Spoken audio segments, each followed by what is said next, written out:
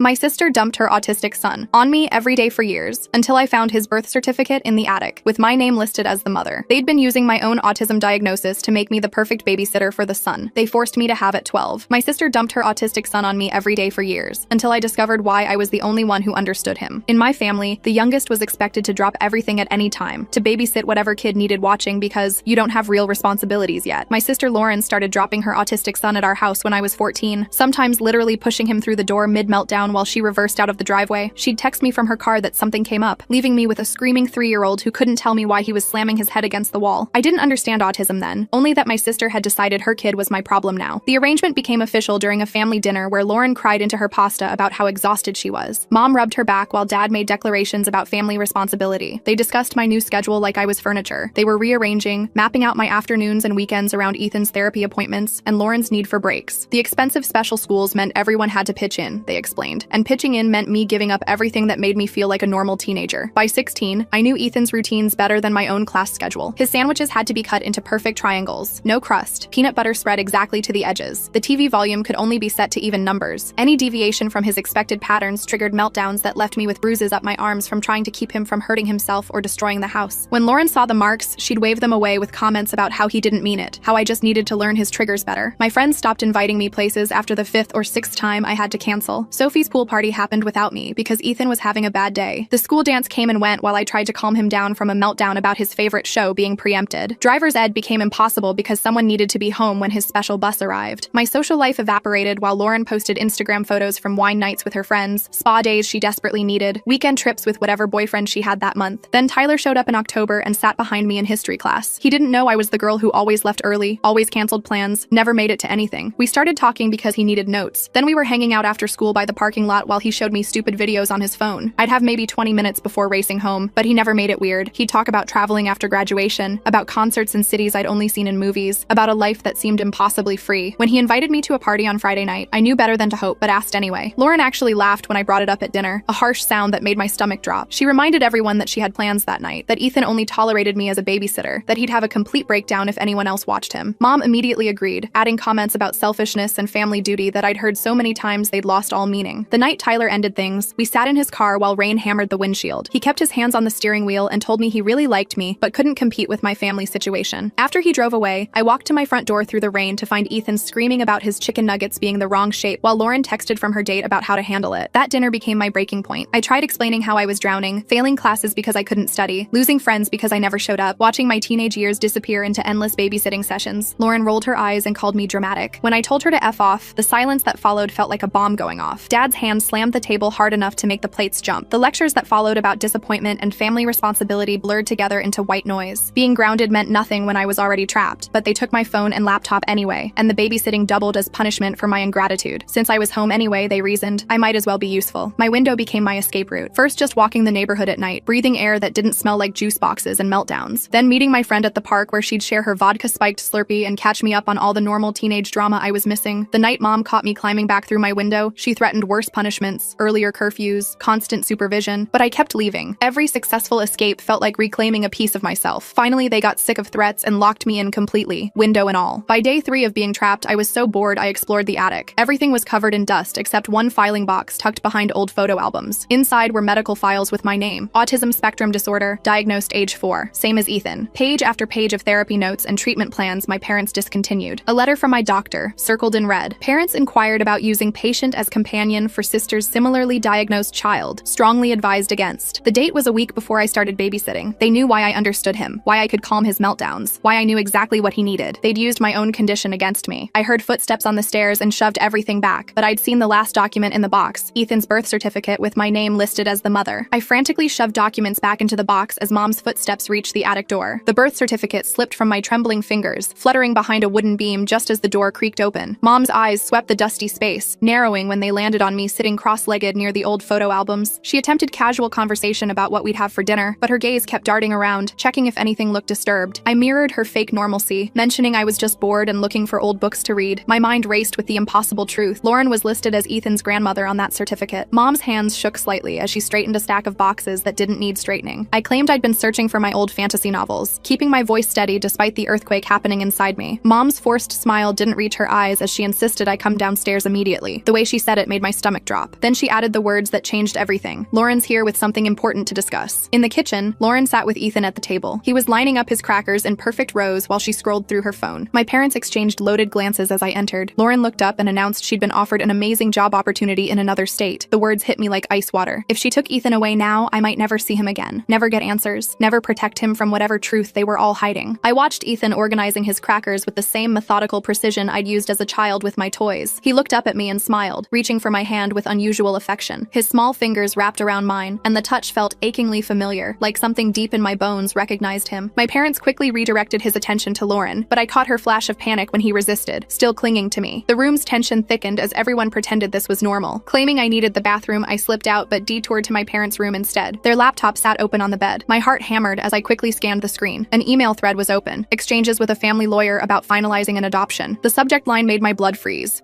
Ethan's adoption. Urgent timeline. The most recent message discussed court dates and necessary documentation. Dad's footsteps echoed in the hallway. I barely managed to close the laptop and step back before he appeared in the doorway. His expression hardened instantly. He knew I'd seen something. We stood there for a moment, him blocking the exit, me trying to look casual despite my racing pulse. He didn't say anything, just gestured for me to return to the kitchen. Back at dinner, my parents spun Lauren's move as a wonderful opportunity for everyone. Mom kept emphasizing how I'd finally have my freedom back, could focus on school, maybe even date again. Lauren avoided eye contact while cutting Ethan's sandwich into perfect triangles. The whole conversation felt rehearsed, like they'd practiced these lines. My phone buzzed. A text from Emma asking if I was okay. She'd driven by earlier and seen me in the attic window looking upset. Before I could respond, Mom confiscated my phone, citing the grounding rules they'd apparently decided still applied. That night, sleep was impossible. I retrieved the old digital camera I'd hidden months ago in my closet. Through my window, I could see Mom's reflection in the glass as she checked on me. Once her footsteps faded, I zoomed in on the reflection, trying to capture any detail from her glasses that might show that birth certificate page. After dozens of attempts, I managed to get a blurry but readable shot. The father's name section was blank, but everything else was clear. My name, my age when Ethan was born, the truth they'd tried to bury. The next morning, Ethan had a complete meltdown when Lauren tried explaining the move. He clung to me, repeatedly saying he wanted to stay with me, his words slurred but desperate. Lauren's carefully maintained mask slipped as she snapped at him to stop being difficult. The sharp edge in her voice made him cry harder. I held him while she stormed out to the porch, leaving me to calm the child who was apparently my son. At breakfast the following day, Mom cheerfully discussed all my future possibilities once I was free from babysitting duties. Dad mentioned a boarding school pamphlet that had conveniently arrived. They'd researched programs for troubled teens with special needs. The isolation tactic was obvious. Ship me away before I could tell anyone the truth. I played along, asking questions about the programs while memorizing every detail I'd need to fight back. Later, while organizing my closet on Mom's orders, I found my old diary hidden behind a shoebox. Flipping through it, I discovered pages from an entire year had been carefully removed. The entries before showed typical 11-year-old concerns. The entries after were different. Shaky handwriting, mentions of feeling sick, references to getting better from something never specified. The gap aligned perfectly with when Ethan would have been conceived. Lauren dropped Ethan off the next morning for what she called one last normal week. Her new boyfriend waited in the car, drumming on the steering wheel. She whispered urgently to Mom about keeping everything stable until the paperwork was done. They thought I was upstairs, but I heard every word from the hallway. Mom assured her it would all be handled by Friday. 3 days to figure out the truth and stop whatever they were planning. My parents scheduled an emergency therapy appointment, claiming concern about my recent behavior. The therapist seemed oddly focused on my false memories and attention-seeking behaviors. I love how Mom's trying to sell the whole "you'll have your freedom back" thing like she's a used car salesman, while our OP is sitting there with evidence that would make Sherlock Holmes proud. Can we also talk about Dad just standing in that doorway like some kind of hallway bouncer? The man didn't even need words, just pure dad energy blocking the exit. She kept steering the conversation toward my autism diagnosis, how it might make me confused about reality. When I mentioned the documents I'd found, she dismissed them as misunderstandings. She'd been treating our family for years, she said, including sessions I didn't remember. The realization that they'd been laying groundwork for this gaslighting made me physically sick. During Ethan's afternoon nap, I slipped out of the house. The library was only a 15-minute walk. Mrs. Chen, who'd known me since childhood, looked surprised to see me. She commented on how I'd disappeared for a while when I was 12, how my family had suddenly stopped attending library programs. When I asked about 2019 events, she pulled up the old newspaper archives. In a group photo from a summer reading program, she pointed to where I should have been standing. The space was empty. I'd been erased from public life for months. Back home, Ethan's behavioral therapist mentioned to my parents that he kept talking about having 2 moms, suggesting confusion about family structure. Mom quickly insisted it was just his autism causing confusion, that he mixed up caregivers. The therapist seemed unconvinced but didn't push. I watched from the doorway as she made notes, probably documenting the inconsistencies she was noticing. That evening, I studied Ethan's features carefully while helping him with his puzzle. The shape of his nose, the way his hair curled at the temples, the specific shade of brown in his eyes, all mirrors of my childhood photos. How had I never seen it before? Or had I always known on some level, some deep instinct that made me understand him in ways no one else could? Emma's older sister Jade texted me privately that night. She was in college now, but remembered remembered when I'd gone to stay with relatives during 8th grade. She'd always wondered why I came back so different, so quiet. Her parents had told her I'd needed specialized treatment for behavioral issues, but she'd never believed it. She mentioned how hollow I'd looked when I returned, how my parents had hovered over me constantly for months afterward. I convinced Jade to meet me at the park during Ethan's therapy appointment. She revealed more details, how my parents had told everyone I was struggling with my autism, needed intensive treatment, how Lauren had supposedly been away at college but came back with a baby right around the same time I returned, how the timeline had never quite added up, but no one questioned grieving parents dealing with a difficult situation. Lauren arrived early to pick up Ethan that day, catching me showing him our old photo albums. She yanked them away, but not before I saw it. A photo of me holding newborn Ethan that had been crudely cut out, leaving a person-shaped hole in the family memory. Her face went white when she realized what I'd seen. We stared at each other across the living room, the truth hanging between us like a blade. That night, Ethan's crying woke the entire house. My parents sent me to calm him, as always. He clung to me in the dark, whispering through his tears. Lauren had told him I wasn't really his mom, but he knew better. He knew I was the one who really cared about him most. His words, slurred but certain, broke something inside me. I held him until he fell asleep, planning my next move. The farewell dinner announcement came 2 days later. Mom's voice carried forced cheer as she explained they were inviting extended family and close friends to wish Lauren well on her new adventure. I recognized the strategy immediately. Surround themselves with witnesses who'd support their version of events. The guest list read like a roster of everyone who might take my side if they knew the truth. I spent hours in my room writing down every fragment of memory from ages 11 and 12. Certain smells triggered visceral reactions I couldn't explain. Antiseptic hospital corridors, the specific brand of prenatal vitamins Mom used to take. Thunder still made me curl into myself, though I couldn't remember why. The gaps in my memory aligned perfectly with Ethan's conception timeline, a 9-month void where my childhood had been erased. Uncle Marcus arrived early to help with dinner preparations. He found me in the kitchen arranging vegetables and mentioned privately how he'd never understood why my parents sent me away that year. His confession hit me like a physical blow. I'd begged him for help before leaving, terrified of something I couldn't name. My parents had insisted it was autism-related paranoia, that I needed specialized treatment for my own good. When I pressed for more details, Marcus reluctantly admitted I'd seemed terrified of someone specific, but wouldn't say who. His own son had autism, and he'd never seen the behaviors my parents described in me. The doubt in his eyes told me he'd always suspected something wasn't right, but had chosen family loyalty over uncomfortable questions. Alone in my room, I sketched timeline fragments on notebook pages I kept hidden behind my dresser. Medical appointments Mom claimed were for specialized autism treatment aligned with pregnancy checkpoints, first trimester screening, anatomy scans, glucose tests. Each therapy session matched a prenatal milestone. The evidence accumulated like puzzle pieces, forming a picture I'd been trained not to see. The dinner arrived with a parade of relatives and family friends. I attempted to pull Aunt Sarah aside to mention the documents I'd found, but she dismissed my concerns immediately. Parents always did what was best, she insisted, suggesting I needed more therapy to deal with my confusion. Her patronizing tone made it clear she'd already been briefed on my supposed delusions. Emma arrived uninvited halfway through dinner, claiming she was worried about me. Her unexpected presence disrupted my parents' carefully orchestrated performance. She mentioned casually how different I'd been after returning from my treatment, how I'd gone from outgoing to withdrawn overnight. Other guests began shifting uncomfortably as her observations didn't match the narrative they'd been fed. Using Ethan's bedtime routine as cover, I excused myself and slipped into Lauren's room. Her suitcase lay open on the bed, half-packed for a move that might never happen. Buried beneath folded clothes, I found adoption papers with a court date set for next week. The timeline was accelerating. Once finalized, I'd have no legal claim to my own child regardless of what evidence I found. Mrs. Patterson from next door cornered me in the hallway as I returned downstairs. She'd been drinking wine and felt chatty, reminiscing about when I'd returned from my aunt's house with baby Ethan. The story had always confused her, my parents claiming Lauren had him while away at college. Then suddenly I was his primary caregiver. She remembered how devoted I'd been to the baby, like a little mother, before the family narrative shifted to make Lauren the mom. I maintained composure while she rambled about how several neighbors had noticed the switch, but assumed it was a private family matter. Her casual observations confirmed what I'd suspected. The deception had been sloppy, held together only by people's reluctance to ask uncomfortable questions. The adoption deadline loomed, creating urgency that made my hands shake. Legal channels would require proof and time I didn't have. After the guests left, I confronted Lauren in the garage while she loaded leftover food into the freezer. The mask she'd worn all evening cracked when I demanded the truth. She admitted it had been better this way, that I couldn't have handled it at 12 years old. Her voice broke as she insisted they'd protected me from something that would have ruined my life more than it already had. The revelation hung between us as she explained how our parents had paid for her college, her car, now this job placement, all to maintain the lie. She claimed she'd been protecting me, but her hands shook violently when she mentioned him. Before I could demand who he was, Dad appeared in the doorway, his expression dark with warning. He escorted Lauren inside while making it clear that false accusations destroy families. Back inside, I overheard several family friends quietly discussing my concerning behavior in the living room. Mom tearfully suggested my autism made me create elaborate fantasies to cope with feeling replaced by Ethan. The gaslighting campaign had begun in earnest, each person being fed a slightly different version of my supposed instability. The next morning, I discovered Grandma's old journal while searching for more evidence in the attic. Her careful handwriting documented increasing concerns about a family friend who paid inappropriate attention to me. David, who'd helped with yard work and home repairs, had suddenly moved moved away just before I was sent for treatment. The timeline matched perfectly. Her final entry on the subject simply read, "I should have protected her." Sunday service at church became another performance of family perfection. I noticed how certain longtime members avoided eye contact with our family, how one couple deliberately chose seats across the sanctuary from us. The weight of unspoken knowledge hung in the air like incense, everyone maintaining silence to preserve comfortable lies. Emma helped me break into the school's old records room during her volunteer shift. My 7th grade attendance records showed a 5-month absence marked as medical leave, with no specifics. The return date was exactly 2 weeks after Ethan's birthday. We photographed everything, building a paper trail that proved the timeline even if it couldn't prove the cause. Despite her parents' warnings about getting involved with family drama, Emma refused to abandon me. She'd saved strange texts I'd sent during that lost year, messages about being scared, about things that hurt, about wanting to come home. Reading them made my chest tight with phantom memories just out of reach. Together, we pieced together fragments that painted an ugly picture. My personality change had been dramatic and noticed by everyone. The sudden appearance of baby Ethan, Lauren's convenient return from college despite no one remembering her leaving, our family's abrupt move to a different neighborhood. All of it formed a pattern of covering up something too terrible to acknowledge. The weight of collective denial had shaped my entire adolescence. The question of whether to traumatize Ethan with the truth tortured me. He deserved honesty, but he also deserved a childhood free from the ugliness that had stolen mine. I decided to gather evidence while protecting him from details no 5-year-old should carry. The truth could wait until he was old enough to understand without being destroyed by it. Confronting Mom while she tended her garden became a turning point. When I mentioned Grandma's journal, her face drained of color. She stammered about protecting everyone from that situation, about making impossible choices. Her slip revealed what I'd suspected. They'd known exactly what happened, but chose family reputation over justice. Medical records from that time would prove everything, but she admitted they'd been destroyed years ago. Lauren began pulling away from the plan, telling her boyfriend she needed to postpone the move. My parents responded by threatening her college loans, reminding her how much she owed them for maintaining her role. The cracks in their united front widened as each person's self-interest competed with the shared lie. The power dynamic shifted as I realized their control came from everyone's complicity. Each person protecting their own interests had built the cage that trapped me. But secrets have expiration dates, and theirs was running out. Mrs. Patterson just casually dropping truth bombs after a few glasses of wine, completely unaware she's basically solving the whole mystery while thinking she's just making small talk. I love how the biggest revelations come from the tipsy neighbor who just wanted to chat about old times. The community that had looked away was beginning to look closer. Emma arranged an accidental encounter with Dr. Kumar, my old pediatrician, during a supervised pharmacy run. In the vitamin aisle, speaking quickly while Mom browsed nearby, the doctor confirmed she'd diagnosed my autism, but my parents had insisted on stopping therapy. She'd also treated me for trauma at age 12, but my parents switched doctors when she asked too many questions. The medical establishment had failed me, but individuals within it remembered. Other families at Ethan's therapy center began noticing inconsistencies in our family story. One mother mentioned that Ethan constantly talked about me as his real mom, that he'd draw pictures of our family with me at the center. The truth was spreading organically through a 5-year-old's innocent honesty, harder to contain than any accusation I might make. My parents' options narrowed as their carefully maintained narrative showed cracks. Dad suggested a family vacation that sounded more like relocation, visiting colleges in distant states, looking at opportunities, far from anyone who knew our history. The proposed timeline coincidentally aligned with the adoption hearing. Dr. Kumar took a tremendous risk by revealing she'd kept copies of my medical records despite regulations. She'd suspected abuse and couldn't let potential evidence disappear. Another family, she mentioned carefully, had left town hastily right after my treatment ended. The pattern of cover-up extended beyond my family, a community-wide conspiracy of silence. I protected Ethan from the growing tension by maintaining his routines with obsessive precision. Every interaction was documented through photos and videos on the old digital camera, building a record of the care I'd provided for years. He thrived under consistent attention, his development leaping forward when anxiety didn't consume our days. Emma's family offered me sanctuary if needed, their guest room a potential escape route. Other community members who'd noticed oddities over the years began sharing observations with each other. The whisper network that had once maintained silence now carried questions. My parents' attempts to isolate me failed as unexpected allies emerged. Their manufactured emergencies lost effectiveness as patterns became obvious. Every time I made progress toward truth, suddenly Ethan would have a crisis only I could handle, or Lauren would need immediate help with something urgent. The manipulation was transparent now, desperate moves in a game they were losing. Mrs. Hoffman, the elderly church pianist, approached me after service with tears in her eyes. She'd seen me looking gravely ill at 12, had been told it was a medical condition. She'd never believed it, but had stayed quiet, respecting family privacy. Now, watching history potentially repeat with Ethan, her conscience wouldn't allow continued silence. My reputation in the community shifted as people realized I'd been the stable caregiver all along. Ethan's teachers praised my dedication while questioning Lauren's sporadic involvement. The narrative my parents had crafted began unraveling as observed reality contradicted their claims. Hidden in Mom's jewelry box beneath tangled necklaces, I found a hospital bracelet, baby boy, followed by my last name, Ethan's birth date, and my patient ID number. Physical proof that no amount of gaslighting could erase. The adoption hearing was 3 days away. Speaking up would mean revealing everything, but staying silent meant losing my son forever. The next morning changed everything. David's mother intercepted me at the mailbox, her whole body trembling. She whispered a frantic apology before fleeing running back to her house. Her son had assaulted me, and both families had covered it up to protect their reputations. The confirmation of what my body remembered but my mind had blocked shattered something inside me. The real stakes crystallized with brutal clarity. This wasn't just about Ethan's custody, but about breaking a cycle of silence that enabled predators. My parents had sacrificed my childhood to maintain their image. I wouldn't let them sacrifice Ethan's future to maintain their lie. Despite exhaustion and re-traumatization, I prepared a written statement for the adoption hearing. Truth became my weapon against years of gaslighting. Each piece of evidence, each witness willing to speak, each crack in their facade strengthened my resolve. They'd stolen my voice at 12. I was taking it back. Lauren officially withdrew from the adoption plan, moving in with her boyfriend temporarily. She couldn't maintain the performance anymore, couldn't look Ethan in the eye while stealing his mother. My parents' perfect plan crumbled as their chosen substitute mother defected. Community support grew through quiet conversations and knowing looks. The people who'd maintained police silence for years began choosing sides. My parents found their social standing, the very thing they'd sacrificed everything to protect, crumbling beneath the weight of revealed truth. Ethan's therapist became my first official victory. She formally documented concerns about the adoption, recommending further evaluation of family dynamics. The system that had failed me at 12 began working, slowly and imperfectly, but moving in the right direction. My parents made one last desperate offer through Mom's tears. They'd acknowledge me as Ethan's mother if I agreed never to reveal the circumstances. They'd craft a new lie, teenage pregnancy, hidden for my protection. I could have my son if I protected their reputation. The bargain revealed their true priorities with stark clarity. I refused. Mom's breakdown that followed exposed the warped logic behind years of deception. They'd thought erasing trauma would erase its effects. They'd believed protecting me from shame was worth stealing my choices. The parents think they're master negotiators offering this deal like it's some kind of generous gift, when really they're just trying to save face after their whole house of cards fell apart because a 5-year-old kept telling everyone who his real mom was at therapy sessions. They'd convinced themselves that love looked like lies and protection meant imprisonment. Her tears were real, but they were for herself, for the image crumbling around her. The adoption hearing loomed as I gathered my evidence and my courage. 5 years of forced caregiving had prepared me for this fight. Every meltdown managed, every routine mastered, every moment stolen from my adolescence had been training for the battle to keep my son. My phone buzzed with messages of support from unexpected sources. Emma coordinated with Jade and Uncle Marcus. Mrs. Chen offered to testify about the missing months. Dr. Kumar prepared medical records. Mrs. Patterson would confirm the timeline confusion. Even some of Lauren's friends, tired of maintaining her fiction, offered to speak truth. The night before the hearing, I sat in Ethan's room watching him sleep. His small hand clutched the stuffed dinosaur I'd bought him for his first birthday, back when everyone still pretended Lauren was his mother. Tomorrow would change everything, but tonight he was just my baby, safe in his dreams, unaware of the storm about to break. My family had built their house on a foundation of lies, each deception supporting the next in an elaborate architecture of denial. Tomorrow, I would pull the cornerstone free and watch it all come tumbling down. They'd taken my childhood, my choices, my voice. They wouldn't take my son. The evidence was ready. The witnesses were willing. The truth was armed and aimed. All that remained was to speak it in a room where lies would hold no power, where documentation would outweigh denial, where a 17-year-old girl would stand up and say, "He's my son, and I can prove it." The morning of the adoption hearing arrived with an unexpected development. My parents announced they were withdrawing the petition entirely. Mom's voice carried false warmth as she explained over breakfast that they'd reconsidered, that family should stay together. Dad nodded along, adding comments about fresh starts and moving forward. The relief that flooded through me felt premature, too easy after everything they'd orchestrated. Uncle Marcus called within the hour, offering congratulations but warning me to stay vigilant. His instincts proved correct when I discovered new documents on Mom's desk while she showered. Paperwork for a competency evaluation, questioning my ability to care for Ethan due to my autism diagnosis. The withdrawal had been a feint, buying time for a different attack angle. Extended family members began reaching out throughout the day, their messages revealing the narrative my parents had spread. Each relative had been told a slightly different version of my supposed mental health crisis, my dangerous delusions about being Ethan's mother. The groundwork for their new strategy became clear. If they couldn't adopt him away from me, they'd have me declared unfit instead. Ethan sensed the shifting dynamics, becoming clingy and anxious as the morning progressed. His usual routines couldn't calm him as he picked up on the tension radiating from every adult interaction. I maintained normalcy as best I could, making his triangular sandwiches and keeping the TV volume on even numbers, but his meltdowns increased in frequency and intensity. The therapist my parents had been seeing called to schedule an emergency family session. Her voicemail mentioned concerns about my recent behavior and the need for immediate intervention. Emma intercepted me before I could panic, reminding me that documentation worked both ways. Every photo I'd taken of Ethan thriving under my care became evidence of competence. Dr. Kumar risked her medical license by meeting me in the hospital parking garage during her lunch break. She handed over copies of my medical records from age 12, proof of pregnancy and delivery that my parents thought had been destroyed. Her hands trembled as she explained she'd kept them in her personal safe, knowing someday I might need them. The pages showed everything: the prenatal visits disguised as autism therapy, the delivery marked as emergency appendectomy. Community members who'd remained silent for years began choosing sides as the truth spread through whisper networks. Mrs. Hoffman organized other church members who'd witnessed my dedication to Ethan over the years. They compiled statements about my stability and caregiving abilities, creating a counter-narrative to my parents' campaign. Lauren's conscience finally cracked completely. She arrived at the house while our parents were out, carrying a small recording device. For months, she'd been documenting their conversations about the cover-up, initially to protect herself, but now offering them as evidence. Her hands shook as she played a recording of Dad discussing how they'd handled the David situation by ensuring his family moved away. The competency evaluation was scheduled for the following Monday. I spent the weekend preparing with Emma's help, gathering 5 years' worth of evidence showing my care for Ethan. Every developmental milestone he'd reached, every therapy session I'd attended, every routine I'd mastered, all documented through photos and notes I'd kept without realizing their future importance. David's mother appeared at our door Sunday evening, her face drawn with years of suppressed guilt. She brought a written statement from David, composed with his therapist's help, acknowledging what he'd done to me when I was 12, though I owed him no forgiveness. Having his confession in writing provided crucial documentation of why I'd been sent away. Monday morning arrived with Ethan clinging to me, somehow understanding that this day would determine our future. The evaluation took place at a neutral location, a family services office that smelled of industrial cleaning products and desperation. The evaluator, a woman with kind eyes but clinical demeanor, observed our interactions for hours. I demonstrated every aspect of Ethan's care routine while she took notes. The way I anticipated his needs before meltdowns, how I redirected his anxiety through familiar patterns, the therapeutic techniques I'd learned through necessity rather than formal training. Ethan himself became my strongest advocate, seeking comfort from me whenever the stranger's presence overwhelmed him. My parents arrived halfway through, attempting to interrupt with concerns about my mental state. The evaluator firmly directed them to wait outside, but not before I caught Mom's expression, fear mixed with dawning realization that their control was slipping. Dad's jaw clenched as he recognized several community members in the waiting room, all present to support me. The evaluation continued with formal assessments and questions about my plans for Ethan's future. I presented the support network I'd built, Emma's family offering emergency childcare, Uncle Marcus providing financial backing, Mrs. Chen volunteering tutoring help. The community that had once enabled silence now offered resources for healing. During a break, I overheard my parents arguing in the hallway. Mom wanted to withdraw everything and negotiate privately. Dad insisted they'd come too far to back down. Their united front had shattered, each now protecting individual interests rather than their shared lie. Lauren's defection had started a domino effect they couldn't stop. The evaluator interviewed character witnesses next. Ethan's teachers spoke about my involvement in his education. His therapist praised my consistency and dedication. Even parents from his therapy group testified about watching me manage his needs with patience and skill. Each statement chipped away at my parents' narrative of incompetence. Mrs. Patterson delivered particularly damaging testimony about the timeline confusion, how I'd been devoted to baby Ethan before the family story shifted to make Lauren his mother. Her wine-loosened observations from the farewell dinner now served as crucial evidence of the deception's sloppy execution. The final blow came when Lauren herself testified. She'd driven back from her boyfriend's apartment, unable to live with the guilt any longer. Her confession was halting but comprehensive. How our parents had paid her to play mother, how they'd threatened her when she wanted to stop, how she'd watched me raise Ethan while receiving none of the recognition. By late afternoon, the formal evaluation was complete. The evaluator would submit her report within 3 days, but her demeanor had shifted from clinical assessment to barely concealed sympathy. She'd seen through the layers of deception to the truth underneath, a young mother who'd been raising her son without acknowledgement for 5 years. That evening, my parents made their final attempt at control. They cornered me in the kitchen while Ethan napped, offering a deal. They'd support my custody claim if I agreed to never reveal the circumstances of his conception. They'd craft a new lie, teenage pregnancy, hidden for my protection. The bargain revealed their priorities hadn't changed, only their tactics. I refused again, my voice steady despite exhaustion. Truth had become more important than their comfort. Ethan deserved a future built on honesty, not another generation of lies. My parents' faces crumbled as they realized their power had evaporated. Without everyone's complicity, their control meant nothing. The evaluator's report arrived Thursday morning, recommending full custody remain with me. She noted my exceptional caregiving abilities despite young age and lack of formal training. The system that had failed me at 12 had finally recognized what the community had witnessed for years. I was Ethan's mother in every way that mattered. My parents responded by announcing their decision to move. Dad had found a job opportunity in another state, Mom explained to anyone who'd listen. The social consequences they'd spent years avoiding had arrived with devastating force. Their carefully maintained reputation lay in ruins, and staying meant facing judgment they couldn't deflect with lies. Uncle Marcus stepped forward with an offer that changed everything. He and his wife had extra room since their own son left for college. Ethan and I could stay with them while I finished school. The stability I'd never been allowed to provide for my son was suddenly possible. A real home instead of borrowed spaces and contested custody. The community rallied in unexpected ways. Mrs. Chen organized tutoring sessions to help me catch up on missed education. Dr. Kumar connected me with trauma counseling resources. Emma's family offered respite care when I needed breaks. The village that had failed to protect me at 12 now surrounded us with support. Lauren transferred the education fund she'd received from our parents into an account for Ethan. Her partial redemption came with an apology and a promise to be the aunt he deserved, not the false mother she'd pretended to be. Though trust would take time to rebuild, her testimony had been crucial in revealing the truth. Moving day arrived with bittersweet relief. I packed Ethan's things, his special plate, his comfort toys, the weighted blanket that helped him sleep. Each item represented years of learning his needs through trial and error. Uncle Marcus had already prepared a room just for him, painted the soft blue that didn't overwhelm his senses. My parents' departure was quiet, without the fanfare that usually accompanied their major life events. Mom hugged me stiffly at the door, whispering that she'd thought she was protecting me. I didn't offer forgiveness forgiveness she hadn't earned. Dad avoided eye contact entirely, loading boxes with the same determination he'd once used to maintain their lies. The house felt different with them gone, lighter, like windows had been opened after years of stale air. Oh man. So the parents trying to negotiate a new lie while their old one is literally falling apart around them is like watching someone try to fix a sinking ship with more holes. Hey, let's just make up a different story, because that worked so well the first time, right? And Dad suddenly finding a job in another state when the whole town knows their business is the most obvious. We're not running away, we just really love. Wherever we're going, move I've ever seen. Ethan ran through the empty rooms, his laughter echoing off bare walls. For the first time, he could just be a child without the weight of secrets pressing down on our interactions. That night in Uncle Marcus's home, I tucked Ethan into his new bed. He'd arranged his stuffed animals in the precise order that brought him comfort. As I turned to leave, he reached for my hand and spoke clearly despite his usual speech difficulties. The word home had never carried more meaning than when he said it, recognizing safety in truth rather than deception. 6 months later, I watched him play at the park with other children from his therapy group. His development had accelerated once the tension left our daily lives. He still needed routine and struggled with changes, but the constant anxiety had faded. Other parents commented on his progress, not knowing the full story but recognizing transformation when they saw it. My own healing happened in smaller increments. Therapy helped process trauma I'd been trained not to acknowledge. Support groups connected me with other young mothers navigating parenthood without traditional family structures. Education resumed with accommodations for both my autism and my parenting responsibilities. The truth hadn't fixed everything. Some days were still hard, filled with meltdowns and frustration, and the weight of responsibilities I'd never chosen. But they were honest difficulties now, faced without shame or secrets. Ethan knew I was his mother. I knew I was competent. The community knew the truth. That foundation made all the difference. Oh, look at that. Turns out the truth really does set you free. Who would have thought? I love how Ethan arranged his stuffed animals in the perfect order, because even in a new place, some things just have to be exactly right. That home moment got me a little bit, not gonna lie, especially coming from a kid who doesn't usually say much. And hey, 6 months later, he's actually playing with other kids at the park instead of being stuck in family drama. Thanks for watching.